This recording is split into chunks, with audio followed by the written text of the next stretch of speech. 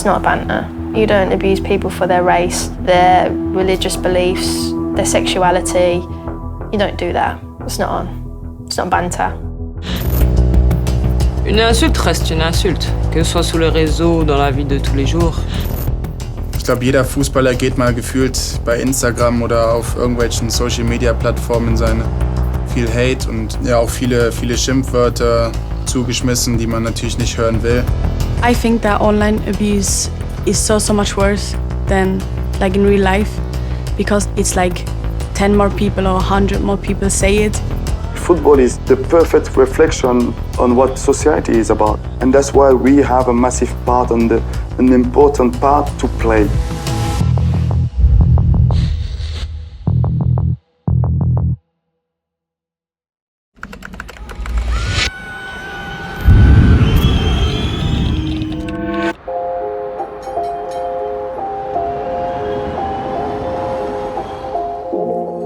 I'm Alicia Lehmann. I'm playing for the Swiss national team and Aston Villa. So I'm using a lot of time Instagram and TikTok and WhatsApp, of course. I like to influence young girls and show them, let's do it, you can achieve everything in your life. When you see people share negative things, I don't know, sometimes it makes me a bit sad because I always want to use it as a positive. If we do something in our life and show it to the society, we want to help everyone. When I was dating a girl before, I think a lot of time people didn't accept it or said, oh, now you're so different, or you're not one of us anymore, or like, I don't see you as the same now. And it just hurts, because for me, everyone is the same. The people online are much less brave because they're behind a phone or a computer. In real life, they would never say this to you. They probably ask you, can I have your shirt or can I have a signature? But because it's online, they think, I can say whatever I want, but it's not true.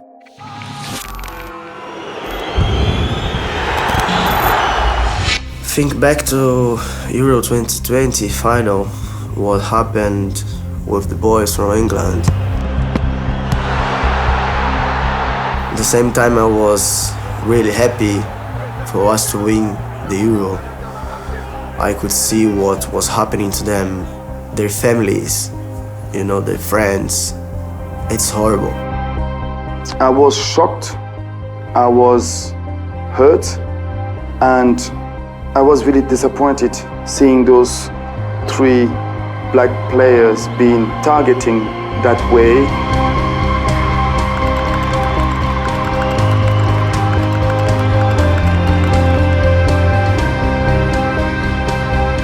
I thought straight away, we're in trouble here. I really did, and that's really sad. Because that team, those guys, galvanised the country in a really difficult period, and then for us to go after them was unacceptable. And again, you can't say to any player or any person, ignore it. It's impossible to ignore it. People don't realise it's just a wave and you can't escape it. My name's Dr. Daniel Kilvington. I'm a senior lecturer in media and cultural studies, particularly focusing on social media hate speech.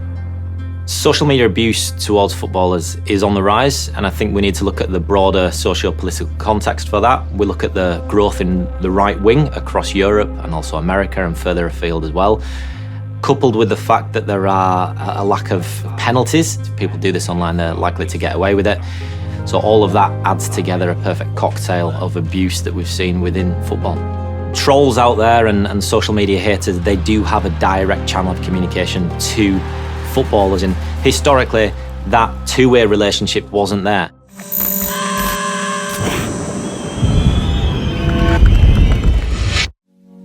Je m'appelle Wendy Renard, je suis joueuse professionnelle à l'Olympique Lyonnais. Pendant la Coupe du Monde 2019 en France, lors de mon premier match, je marque un doublé et on reçoit que des éloges sur les réseaux sociaux. Et lors de mon deuxième match, je marque contre mon camp et tout de suite il y a eu des insultes. Mon visage a été un peu transformé en singe. Beaucoup de critiques aussi de par mes cheveux. Il y a des gens qui ont besoin de se nourrir des réseaux sociaux pour pouvoir vivre.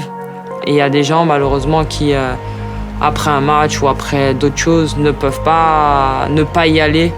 Et même si c'est négatif, elles savent que c'est pas bon, mais elles vont quand même y aller parce que faut pas oublier, c'est une addiction. Après, je disais, vous avez très bien souligné, ce sont des gens souvent qui sont derrière leur portable ou leur ordinateur et qui malheureusement ont des fois peut-être pas réussi dans ce qu'ils souhaitaient ou faire la même chose et ils sont tout simplement énervés. People who are more likely to engage in racist abuse online have low levels of empathy, they have low self-esteem, and all of these things exacerbate abuse, whether it's in person or online. But we also couple that with the nature of communication, and when we can be anonymous, we can be invisible. Add all that together, and it's a recipe for disaster.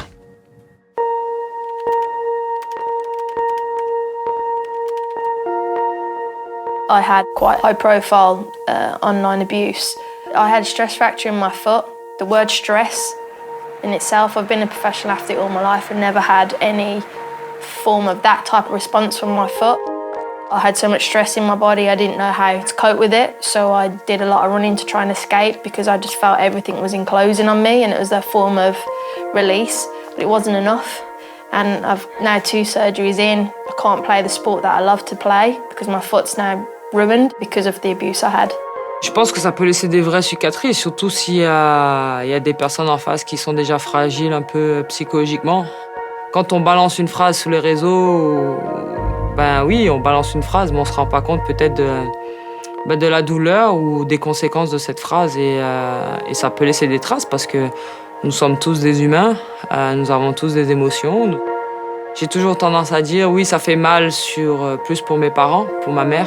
Et de voir qu'on traite sa fille d'un singe, c'est douloureux. I really want to challenge back sometimes, but can't. And it's just not worth it. If you go back at the perpetrators, you get 50% more from other people as well. Und für mich ist das natürlich ein ganz sensibles Thema, weil ich weiß, dass viele Leute auf sowas sehr sensibel reagieren und das dann auch oftmals ernst nehmen, was geschrieben wird. When you face online abuse over a prolonged period of time, it can lead to significant mental health and well-being issues, not only for the victim themselves, but also for their family and loved ones around them.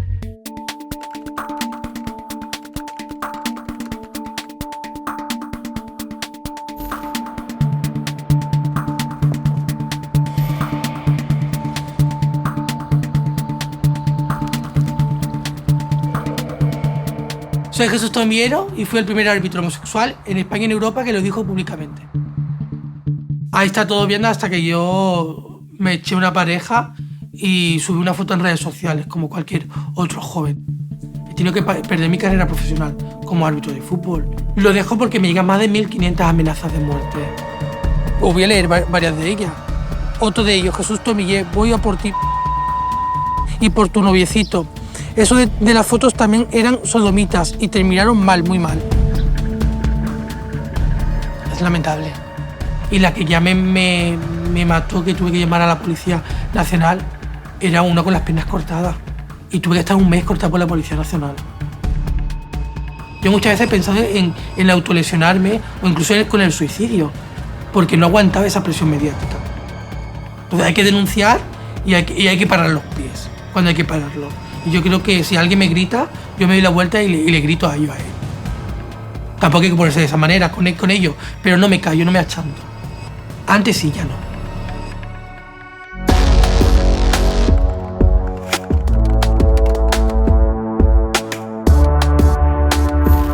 We have young players in the academy. They all have a mobile phone, they all have social media. And it is important for us to educate them about what can happen. I think the education is about everyone. Think, why would you send those types of messages? What's the reason, and stop it. Today you can create 1, 2, 3, 4 profiles without ID and then nobody can trace you. Maybe if you can change that, it might help, because once you are scared you could be traced, maybe you think twice of what you're gonna say and what you're gonna do. social media organisations have the technology, they have the algorithms there, so it's about identifying and removing it as quick as possible and not leaving it on there. And if you see hate, don't scroll past it, report it. C'est vrai qu'on fait pas mal de campagnes pour diverses causes, mais je pense que les sanctions doivent être encore plus sévères. I think the social media platforms need to change, need to make new rules, need to support, I don't know, those people that are affected. The responsibility is not just on the player, is on those platforms, is on us football government and the politicians to find a way to stop that. This is a big problem for the society. You have to act now before it's been too late.